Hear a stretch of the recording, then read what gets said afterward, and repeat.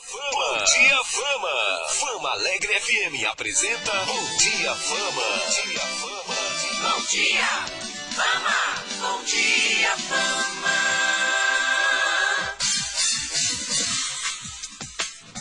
Ok, a hora certa para você aqui na Fama, confira comigo. Olha, agora são 6 horas mais 45 minutos, edição do Bom Dia Fama. Até às 9, oferecimento de posto JC Petrobras e também de Pra Fazenda Produtos Agrícolas em Guaçuí, como prometido anteriormente. Vem aí o programa UFES no Campo. A partir de agora, a Rádio Fama FM apresenta o programa UFES no Campo. Um programa sobre a agricultura regional. Ok, agora são 6h45. De volta, começando mais uma edição do programa UFES no Campo desta quinta-feira, dia 28 de junho, hein? Informações e conhecimentos sempre para você, espaço para os ouvintes, em especial de produtores de nossa região. O programa vem ao ar toda quinta-feira, por volta das 6h40, são 6h46 agora, com a coordenação do Departamento de Agronomia da UFES Campos Alegre. Hoje recebendo em nossos estúdios o professor Moisés Zucoloto, que é professor de Agronomia, Fitotecnia e Fruticultura, faz parte do Departamento de Agronomia da UFES Campos Alegre. Possui graduação em Agronomia e mestrado em Produção Vegetal pela Universidade Federal do Espírito Santo, doutorado em Fitotecnia pela Universidade Federal de Viçosa, realizando estágios aí com pós-doutoral pela Universidade do Estado de Illinois, nos Estados Unidos.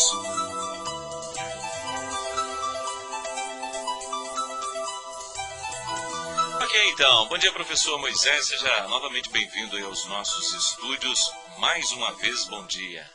Bom dia, Denner. Bom dia, aos ouvintes, em especial os agricultores, né?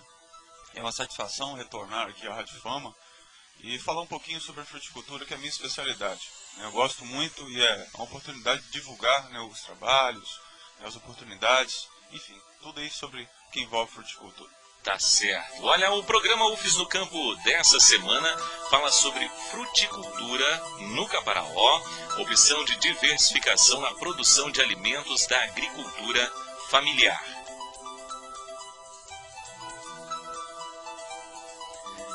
Olha, a fruticultura nacional registrou em 2016 recorde no valor de produção, né, com total aí de 33,3 bilhões, de acordo com a pesquisa Produção Agrícola Municipal, PAM 2016, divulgada aí no dia 21 de setembro do ano de 2017, finalzinho do ano passado, pelo Instituto Brasileiro de Geografia e Estatística, IBGE, e foi o maior valor de produção da série histórica iniciada em 1974 em relação a 2015, e o valor da produção do setor aumentou aí cerca de 26%.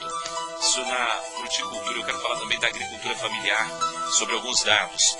A agricultura familiar tem dinâmica e características distintas aí em comparação à agricultura não familiar. Nela, a gestão da propriedade é compartilhada pela família e a atividade produtiva agropecuária é a principal fonte geradora de renda. Além disso, o agricultor familiar tem uma relação particular com a terra, seu local de trabalho e moradia.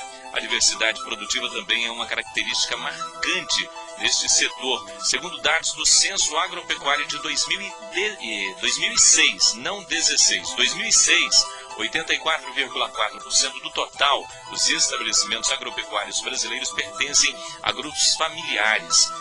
São aproximadamente 4,4 milhões de estabelecimentos, sendo que a metade deles está na região nordeste do país. E de acordo com o estudo, ela constitui a base econômica de 90% dos municípios brasileiros com até 20 mil habitantes, correspondente a 35% do Produto Interno Bruto Nacional. Absorve 40% da população economicamente ativa do país. Ainda segundo o censo, a agricultura familiar produz 87% da mandioca, 70% do feijão, 46% do milho, 38% do café, 34% do arroz, 21% de trigo no Brasil. Bom, o que eu quero passar com esses dados aqui, claro que esses dados provavelmente já foram atualizados, esses dados são de 2006. Ainda não? Tudo bem. microfone está aberto para você também, professor. Mas o que eu quero dizer com esses dados aí é que dá para se ter uma ideia da importância da agricultura familiar. Então eu queria fazer essa passagem de abertura do programa de hoje falando sobre uma parte da agricultura familiar e a fruticultura, que é o tema do nosso programa de hoje, porém com opção de diversificação na produção de alimentos da agricultura familiar. Então os dados ainda não foram atualizados ainda, é de 2006 ainda. Ainda. O IBGE está fazendo levantamento esse ano, previsão de sair o levantamento de 2018. Então ficou um déficit muito grande de informações, né, sobre a produção brasileira. 12 anos. 12 anos. E esses dados são muito importantes, de onde se direcionar recursos, né? É uma vergonha, né? Mas é difícil, né? Você passou um dado de 2006, tantas coisas mudaram, mas a gente não sabe ainda, né? A gente estima, aumenta de alguma coisa e tal. Mas afirmar com certeza só a partir, né, do censo de 2018 agora. Até a parte de tecnologia, do desenvolvimento, se você for pegar a própria internet, como ela em 12 anos ela modificou muito, né? Ela evoluiu muito. Equipamentos eletrônicos também evoluíram, o próprio computador, que é uma ferramenta indispensável, evoluiu muito. Então, automaticamente, quando eu peguei esse texto aqui, eu fiquei até um pouco na dúvida. Eu falei, não, no final eu vou complementar ele com provavelmente que já haveriam alguns dados mais recentes, mas eu não tinha acesso, mas eu não tive acesso só porque eles não existem mesmo. Exato, não existe. É o último censo agropecuário foi feito em 2006. Então isso é um descaso dos governos, e agora está sendo feito e vai dar uma ideia, né, obviamente com mais precisão desses dados. Existem algumas instituições que fazem alguma coisa mais específica, né? Mas de modo geral, como o IBGE, não. Alguns dados até do próprio café, porém o café, os dados eles são gerais, não cita a agricultura familiar ou a de produção. Não fazem distinção. Não. Esse dado é um pouco mais difícil, né? Muitas vezes um local onde a estratificação, vamos dizer, das propriedades é maior, então que é um médio produtor já se torna grande em determinada região. Então isso é um pouco variável, um pouco difícil de avaliar. Mas se tem uma ideia nessa divisão, sim. Bom, mas falando de fruticultura em especial, a nossa região sul, né, tem potencial produtivo para fruticultura.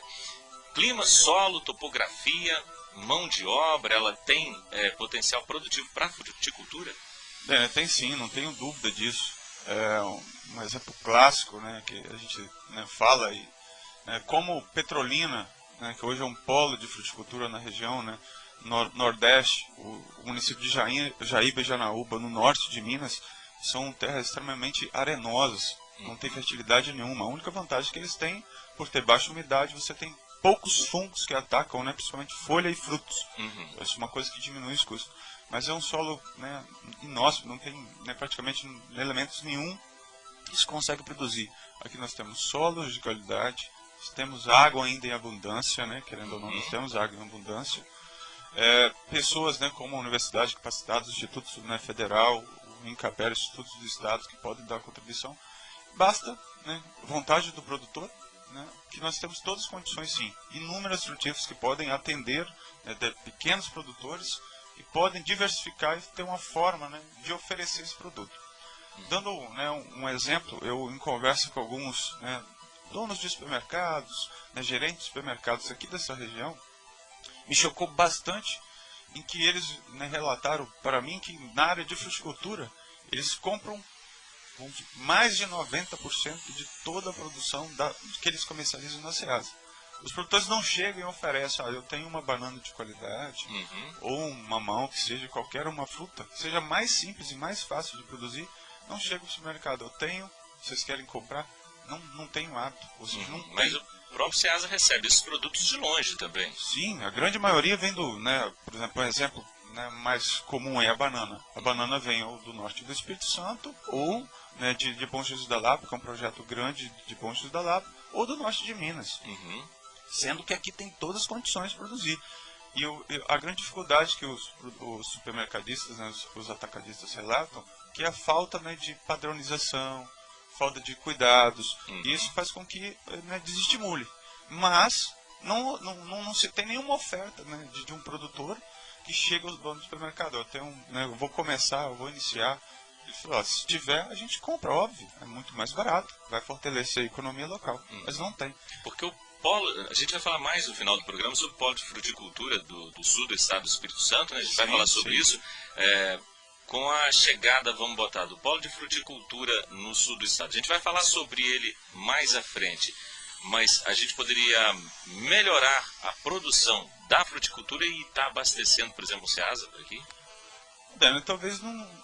Eu vejo como o polo, né, já Augusto adiantou, o polo seria uma forma de dizer que é possível. Uhum. Ou seja, nós vamos criar as unidades demonstrativas, já adiantando, né, nos municípios abrangidos pelo Caparó. E vamos fazer dias de campos, né, como eu vou comentar mais à frente, que a gente vai fazer o primeiro sábado. Uhum. E dizer que é possível. Dizer que o produtor, nossas condições são favoráveis, você pode, né, produzir desde, né, culturas de clima mais quente nas regiões mais baixas, até a produção de frutas que exigem um pouco mais de frio nas regiões mais altas, que a gente tem, né, na região do Caparó tem. Então, esse é o objetivo, eu vejo como o principal objetivo do polo. Demonstrar aos produtores que é possível, que existe oportunidade. Não se precisa imaginar que se precisa produzir uva só lá fora. Nós temos condições. Então, essa eu acho a grande vantagem. Abastecer Ceasa, né, eu peço no segundo momento. Mas eu creio que muitas pessoas comentam, vocês vão incentivar o plantio, mas existe comércio? Mas é óbvio que a gente já pesquisou e vê, né, que, como o exemplo que eu dei dos supermercados, eles não têm oferta de produtores da região. E tem espaço para todo mundo também. Sim, com certeza, não tenho dúvida disso. Você falou de culturas aí, quais as culturas aí podem ser cultivadas aí na nossa região, voltada para a fruticultura? Então, você pode começar desde as regiões, as frutíferas, né, para clima que necessitam de clima mais quente, pode ser as tradicionais, né, banana, mamão, abacaxi, maracujá, goiabeira, mangueira, todas essas podem ser plantadas sem problema nenhum nas nossas regiões que exigem um pouco mais de calor. Nas regiões de transição um pouco mais alta, né, acima de 800, 1000 ou até 600 metros, você pode já começar com, por exemplo, a laranja, que ela dá uma coloração de casca muito bonita, né, produz muito bem na região fria. Pode, né, plantar o abacate, que é a fruta do momento hoje, que a produção brasileira, né, um exemplo, dados, vamos dizer, a gente não tem os dados do IBGE, mas a gente tem dados de Ceasa, alguma coisa que a gente nem tem trabalhado. O Espírito Santo produz hoje 10 mil toneladas de abacate. 6 mil são exportados. Então, ou seja, 60% da produção capixaba é exportada. Então, olha... O exportado é que vai para fora do estado. Não, fora do país. Do país. Por isso eu perguntei sobre a palavra que você utilizou de exportado, né? Fora do país. Fora do país. É porque a gente utiliza também para fora do estado, então exportado para fora do estado. Mas no caso é para fora do país. Fora do país. E eu já tenho recebido inúmeros e-mails de exportadores, né, de café e pimenta que querem ingressar e ampliar áreas de abacate, porque a demanda está enorme. O europeu, principalmente, gostou muito do abacate capixaba. E eu ia fazer um comentário. E para ter sido exportado o abacate do Espírito Santo é porque ele é de qualidade. Exato. E não se consegue exportar produtos sem qualidade. Então, ele é um produto diferenciado, porque até então o mexicano, o americano e o europeu, ele comia um abacate menor, um pouco mais seco, com teor de óleo maior. E o daqui, né, o guatemalense, né, ele tem um teor de água maior, um fruto um pouco maior, mas caiu no gosto. E sem contar que o consumo interno também aumentou muito, né, com essa onda fit, né, do abacate, você teve várias, né, coisas boas para a saúde, aumentou o consumo. Então hoje, né, eu considero como, para regiões de clima mais alto, intermediário, o abacate ser uma excelente alternativa. Então, para o produtor da região, a opção pelo abacate, pela laranja ou pelos cítricos em geral? Cítricos de modo geral. De modo geral. Mais interessante, né? Sim. Tem mais produção, mais saída, custo de produção também é bom, porque o abacate praticamente, eu não me recordo de tem algumas doenças? Sim, tem algumas doenças, sim, tem alguns dados culturais, mas nada assim tão sofisticado. Mas, assim, é uma cultura hoje... Nada difícil nem caro de cuidar. Não, nada como quem já trabalha principalmente com animais, né? Sim. Gado leiteiro, assim, seria muito mais simples. Isso eu não tenho dúvida disso.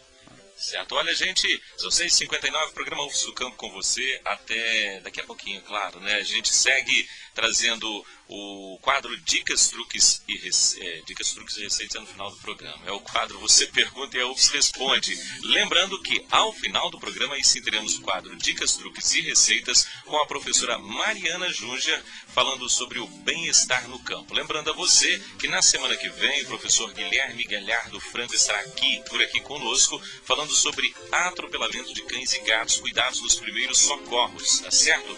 Você também pode interagir com o conteúdo do programa enviando sugestões. E os contatos eu passo para você. É o 999-01-5932, o e-mail ufisnocampo@gmail.com. Nosso telefone 3552-0836. Vamos então para o quadro Você Pergunta e a UFES Responde.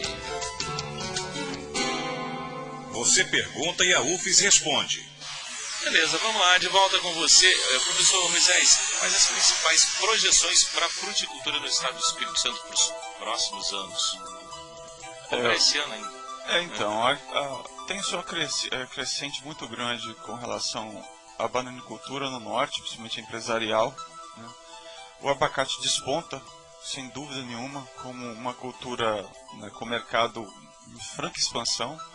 Alguns podem comentar, professor, mas esse preço não vai cair se todo mundo plantar?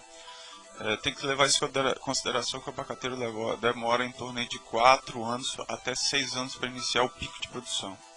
E aí, até iniciar o pico de produção e estabilizar essa demanda alta, que tem sido crescente, eu creio que em torno de 10 anos esse preço deve se manter. Então, um bom preço.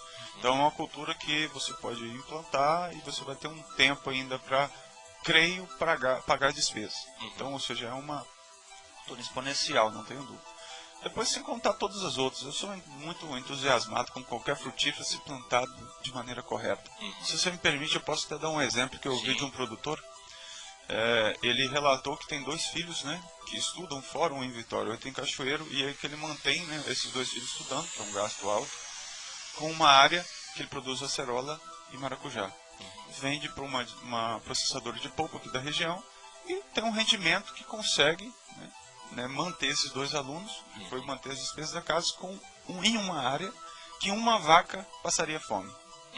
Então, essa é uma grande questão da fruticultura. Em pequenas áreas você tem um retorno, um valor agregado muito grande, desde que feito, né, e trabalhado com, né, técnicas que garantam uma produção com produto de qualidade. Não adianta dizer, eu vou plantar para produzir X para entregar no supermercado, mas se você foge dos padrões, você tem que produzir que tem uma aparência e que vai atender uma norma de classificação para você vender e ganhar o seu valor. Só um exemplo. Banana hoje, né, de primeira a extra, né, ela custa R$1, um exemplo. A de segunda, que ela é um pouco menor, ela custa 60% do valor de primeira. Ou seja, se for a primeira vale R$1, a de segunda vale 60 centavos. Então, só na diferença de tamanho. Aí sem contar, né, os defeitos, alguma coisa do tipo. Então, é uma diferença muito grande. Você tem que produzir, mas produzir com qualidade. E daí sim você vai ter um retorno. Não adianta que eu vou plantar para produzir ao aleatório que você não vai ganhar dinheiro, você não tem lucro. Encontrar também o nicho do mercado que tem a necessidade, como você acabou de falar do produtor da acerola, né? Encontrar um nicho de mercado para você explorar ele também, né? Sim, não tem dúvida. Então essa é a questão. Eu acredito que você fazendo de forma bem feita, né, produzindo frutos de qualidade, na nossa região que tem uma demanda muito grande, como eu comentei, os supermercados não tem produtores oferecendo, o mercado é garantido. Sem contar que nós estamos próximos, né, pensando em volumes maiores, próximo ao Rio de Janeiro, Belo Horizonte e São Paulo, que são os maiores centros. Ou seja, nós estamos no olho do furacão. Ou seja, se áreas maiores, manda para fora, não tem dúvida. Rio de Janeiro consome frutas, né, o carioca em si, né, muita atividade física, eles consomem muita fruta, muita. Então nós estamos próximos ao Rio de Janeiro. Né, sobrou fruta, pode mandar para o Ceasa do Rio de Janeiro, que não tem, o volume que eles comercializam é muito grande. Bom, as projeções para os próximos anos são faca e queijo na mão. Exato. Resumido, né? Só falta a goiabada, né, feita de goiaba para completar e pronto. Exatamente. Olha, 7:03, programa UFES no campo com você nesta quinta-feira. Lembrando que na quinta que vem, que cai no dia 5 de julho, né, a gente recebe aqui no programa UFES no campo o professor Guilherme Galhardo, eu repito para você, falando sobre atropelamento de cães e gatos, cuidados dos primeiros socorros. Você pergunta e a UFES responde. Envie sua pergunta para o programa UFES no Campo através do e-mail ufesnocampo@gmail.com ou através do WhatsApp e SMS 99901-5932. Se preferir, envie a sua correspondência para Rádio Fama Alegre, Rua Vila Machado, número 127, Centro, Alegre, Espírito Santo. CEP 29.500-000. Ok, agora são 7h04. Professor Moisés, da agricultura familiar a gente fez uma abertura, né? E a gente volta para a fruticultura, além de se preocupar com acompanhamento técnico, com o que o produtor deve ter mais preocupação a nível de fruticultura? É uma coisa hoje muito importante, primeiro, além de produzir, né, de forma, né, boa, ou seja, seguindo os padrões, uma coisa que tem sido uma demanda, né, da população é você utilizar, né, se porventura utilizar produtos, né, agora, né, agrotóxicos, né, pesticidas, essa confusão que está dando no Congresso, produtos registrados para a cultura. Isso é uma coisa que a gente tem que enfatizar. Tem que ser produtos registrados e dentro, né, com acompanhamento, seguindo todos os padrões, porque você não tenha problema se porventura vender, né, você ter problema. Que agora, né, recentemente não, em fevereiro foi publicada uma instrução normativa sobre a rastreabilidade de frutas. Então, a partir de agosto, 8 culturas terão que ser identificadas. Então, se porventura você fazer a aplicação desse produto e ele estiver identificado, né, e o consumidor, né, fizer a análise, tiver algum produto, algum agrotóxico nesse produto, ele vai retornar e o responsável é quem produziu. E as culturas são elas? Olha, eu não me lembro das 6. 8 ou 6? 6. Banana, pimentão, tomate. Tomate vai ser complicado. Mas eles já estão feitos, né? já assim. Eu não me lembro as outras. Certo. São 6, né, nesse primeiro momento, nos primeiros 180 dias, depois 360 dias depois, né, a partir da instrução normativa, né, de fevereiro, e depois, né, com 2 anos depois, toda a cadeia, né, de HFs, né, de frutas e verduras, terão que ter essa identificação. Não poderão ser mais comercializadas? Não, elas podem ser comercializadas se o produtor comercializar ele mesmo em feira livre, que ele não precisa da identificação, porque o consumidor vai comprar. Mas em supermercados, não?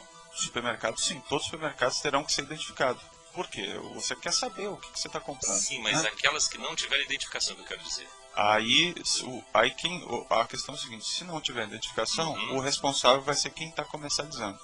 Sim. Então, se o consumidor for no supermercado comprar um fruto que não está identificado e encontrar algum produto que não é, né, então quem vai ser o responsável? Não tem identificação do produtor, então quem é responsável vai ser o atacadista. Essa nova normativa não chega a ser orgânico.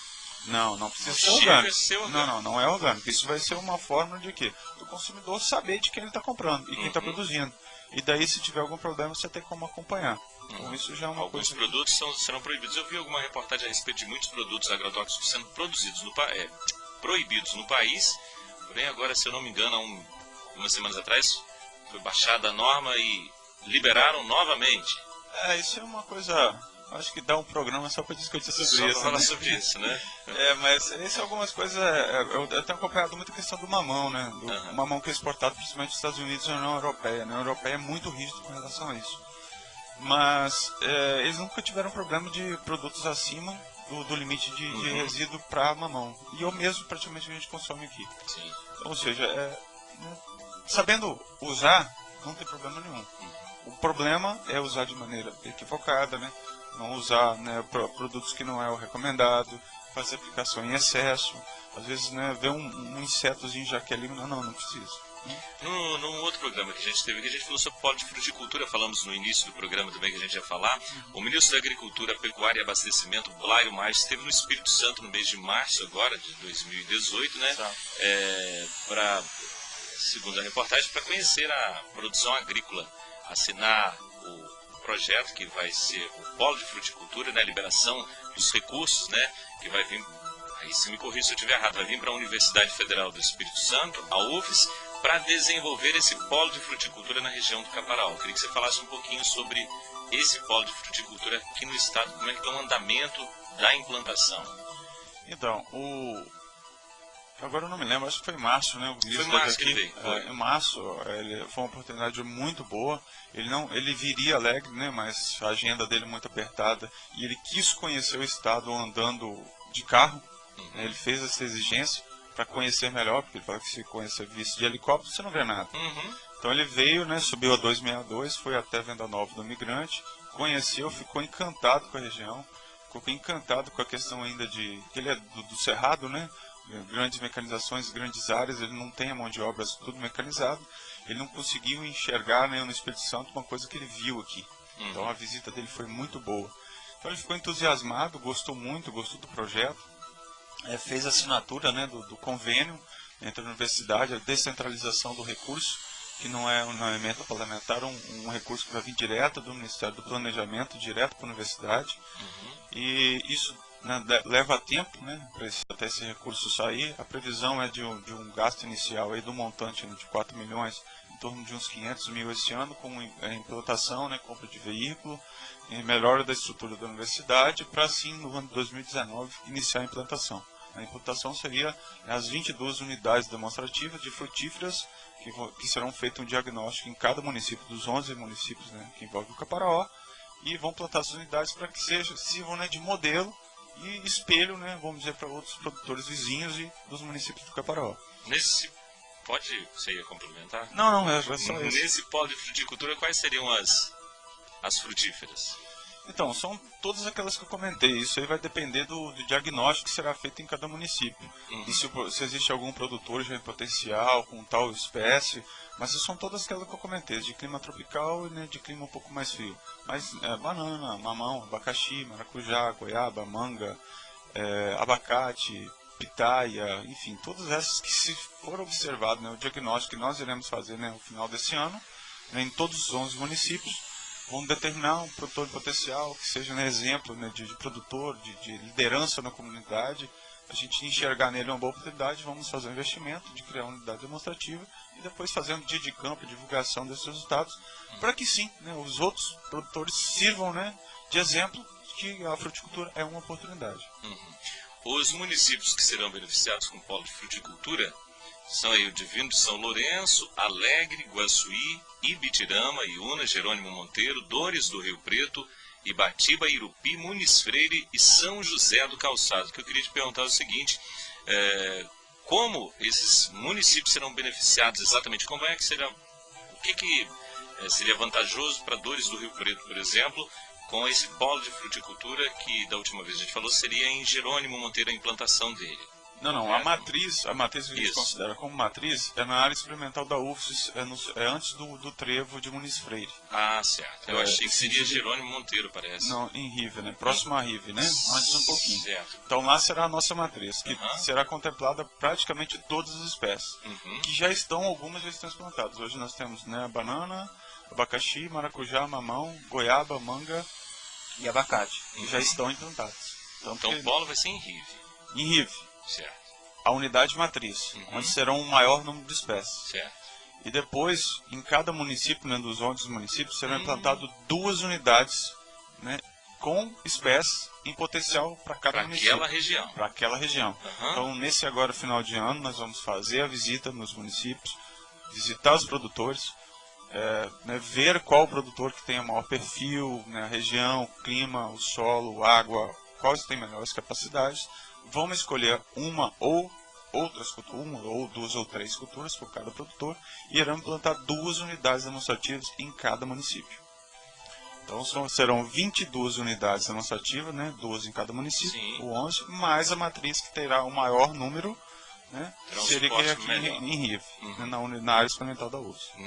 Nessas unidades, em cada município, terão técnicos? Então, serão acompanhados, né, pela empresa júnior, né, da universidade, e contempla-se no projeto a contratação, né, de uma empresa de consultoria para fazer uma visita uma vez por mês em cada unidade, além também de suplementar, né, com mudas, irrigação e suplementos de adubo, vamos dizer assim, no primeiro momento. Então é recurso para isso. Tá, tudo bem. Então essas unidades implantadas nos municípios, a gente estava falando sobre as etapas, são parece que 3 etapas de implantação do polo de fruticultura. Sim. Essa etapa, acredito que já seja a etapa final de implantação desses polos locais ali. Sim. Quando está previsto isso? Então, o recurso, né, aquela velha história, né, o recurso quando vem, principalmente de Brasília, demora um pouquinho, né? Sim. Mas tem caminhado, a gente tem ideia de que isso, final de 2019, início de 2020, a efetivação da implantação. Essas unidades já estejam nessas cidades? Sim, por exemplo, a da UFSS, independente se isso, né, ocorrer, o que vai ocorrer, se esse dinheiro vem mais ou menos, a matriz vai ser instalada. Sim. Isso não tem problema. A gente, né, busca parceiro da iniciativa privada, recurso da UFES, enfim, a gente consegue introduzir. E depois disso, né, feito o diagnóstico, agora no final deste ano, passado para isso, a gente vai, né, fechar, fazer o levantamento do ano que vem, né, porque agora o dinheiro do ano que vem só faz até novembro, daí para comprar o ano que vem. E aí vamos ver se a gente planta no final de 2019, início de 2020. A implantação dessas unidades depende alguma coisa de prefeitura ou não? Então, a ideia... Estou perguntando, estou te perguntando porque às vezes algum prefeito que esteja ouvindo o programa, né, pode às vezes se empenhar um pouco mais, por isso que eu estou perguntando. Eu não sei se depende de algum tipo de coisa de prefeitura ou não. O nosso diretor de centro, o professor Disseu, quando, né, no início desse projeto, ele já visitou todos esses municípios e no início da gestão de cada prefeito. Todos os prefeitos se manifestaram, né, com interesse, até alguns, né, disponibilizaram até fornecer mão de obra, né, para ajudar, né, nessa implantação. Mas eu tenho trabalhado com uma ideia de buscar produtores que sejam potenciais. Não que a prefeitura não seja capaz de produzir, mas talvez muda a gestão daqui a 4 anos, se você faz, né, numa área que seja da prefeitura, o atual prefeito, né, que vem a ganhar não tem interesse no projeto, ele simplesmente abandona o projeto. Então acho que isso não tem uma continuidade, você não tem uma certeza de continuidade. Mas se você introduzir num produtor que já tem esse potencial e tem um interesse, a chance de dar certo é um pouco maior. Então as prefeituras sim são parceiras, não tenho dúvida, principalmente na divulgação, né? Mas assim, a gente tem que ter um pouco certo de cuidado, que a gente não tem garantido daqui 4 anos, daqui 3 anos o novo prefeito vai querer tocar o projeto, né? Vai querer seguir em frente. Então uma coisa a gente tem que ter um pouquinho de cuidado nesse sentido. Certo. Né? Nesse sábado agora, dia 1º, vai ter... Não. Sim. Sábado agora, dia 30. Vai ter o primeiro dia de campo sobre fruticultura, né? Quem está organizando, onde que será? Queria que você falasse sobre isso daí pra gente praticamente fechar o programa de hoje, né? Então, eu já passei um pouquinho. Então, vai ser o primeiro dia de campo sobre fruticultura. Isso é uma ideia que eu tive junto com os alunos na disciplina de fruticultura, né, que eu sou responsável. Foi assim meio despretensioso, né? Eu comecei meio que, né, uma ideia de que essa coisa não ia tomar esse tamanho inteiro, né? Mas nós melhoramos a estrutura da universidade, né? Melhoramos um pouquinho. Falei, vamos fazer um dia de campo, né? Para, né, divulgar o nosso trabalho. Então será agora o dia 1º, né? A primeira palestra vai ser o professor... 30. Desculpa, é o dia 30, né? Sábado de manhã, das inscrições das 7h30 às 8h, abertura às 8h. Abertura com o professor Disseu, que vai falar a respeito, né, do polo de fruticultura, né, esse andamento que eu comentei. Depois eu vi um colega da Netafim, que é uma empresa muito conceituada em irrigação, falar sobre gotejamento. Vai ser aonde? Vai ser na área experimental da UFES, né, próximo ao hospital veterinário, Sim, né, sim. no antigo viveiro florestal que tinha na UFES, né, antes do trevo de Muniz Freire, onde estão implantadas, né, as culturas já frutíferas, né. E seguindo, né, ele vai falar a respeito sobre, né, irrigação por gotejamento e fertirrigação, uma coisa bem básica. E eles têm um kit muito interessante que vem numa caixa de papelão, que um produtor pode inserir, né, uma irrigação vem completa dentro de uma caixa de papelão, como se fosse uma caixa de televisão. Você tem que ter uma caixa, né, de 10 metros de altura, né, e fazer uma irrigação já você monta. Então um projeto muito bacana, então a gente vai falar sobre isso. E depois, né, terminado essas 2 palestras, nós vamos a campo. Serão 4 estações, né, e os alunos serão os palestrantes, sobre os status culturais de 4 culturas, que vão iniciar com bananeira, abacaxizeiro, maracujazeiro e mamoeiro. Então, cada aluno, né, cada turma, né, o grupo montante em si, né, vai ser dividido em 4 estações, e depois vai fazendo o giro, né, para todos aprenderem um pouquinho sobre como manejar essas 4 culturas. Lembrando que está aberto para público de modo geral. Isso que eu né, limitei os alunos, né, acima do 7º período, porque senão só de aluno nós teríamos, né, um volume muito grande. Então os agricultores de modo geral podem fazer a inscrição, né, na hora, R$10 em prol, né, da empresa Júnior, né, para cultivar. A inscrição R$10, isso? R$10, isso.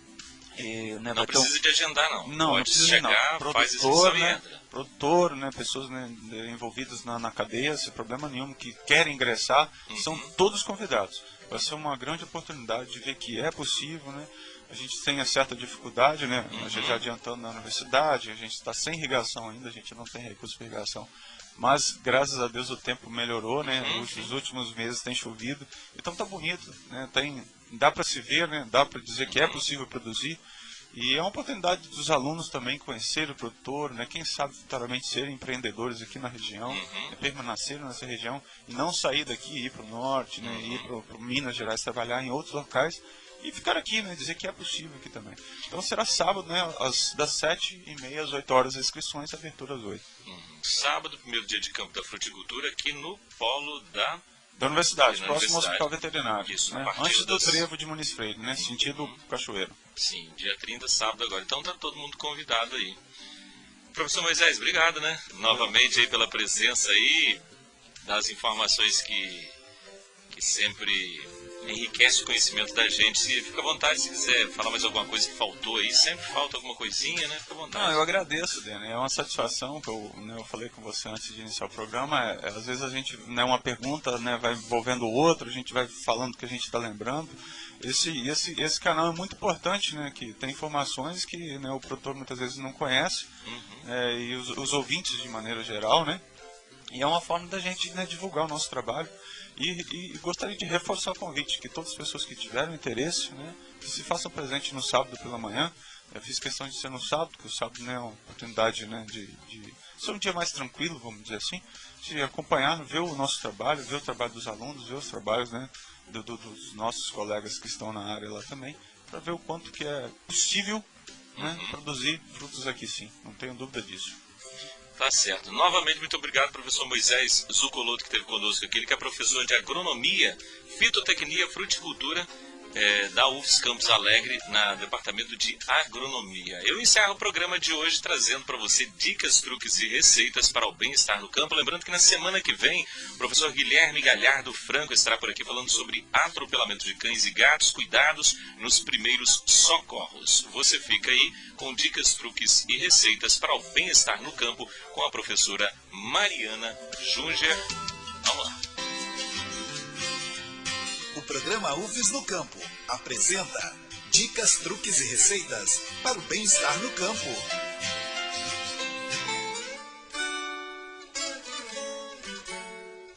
Bom dia, ouvintes do programa UFS no Campo. Eu sou a professora Mariana Junger, do Departamento de Farmácia e Nutrição da UFS. E hoje eu vim trazer para vocês uma dica.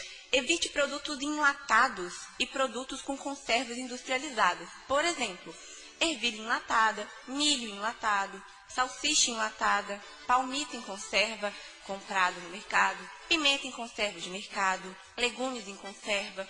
Por quê? Porque esses alimentos já são mais naturais, não é verdade? Então procure consumir ervilha, milho, palmitos e legumes de forma natural. Lembra? O que é bom vem da natureza. No próximo programa, mais dicas para você. A Rádio Fama apresentou UFS no Campo, a universidade conversando com o homem do campo. Toda quinta, a partir das 6h40, na Fama Alegre FM. UFS no Campo. Coordenação, Departamento de Agronomia da UFS. Apoio, Fama Alegre FM.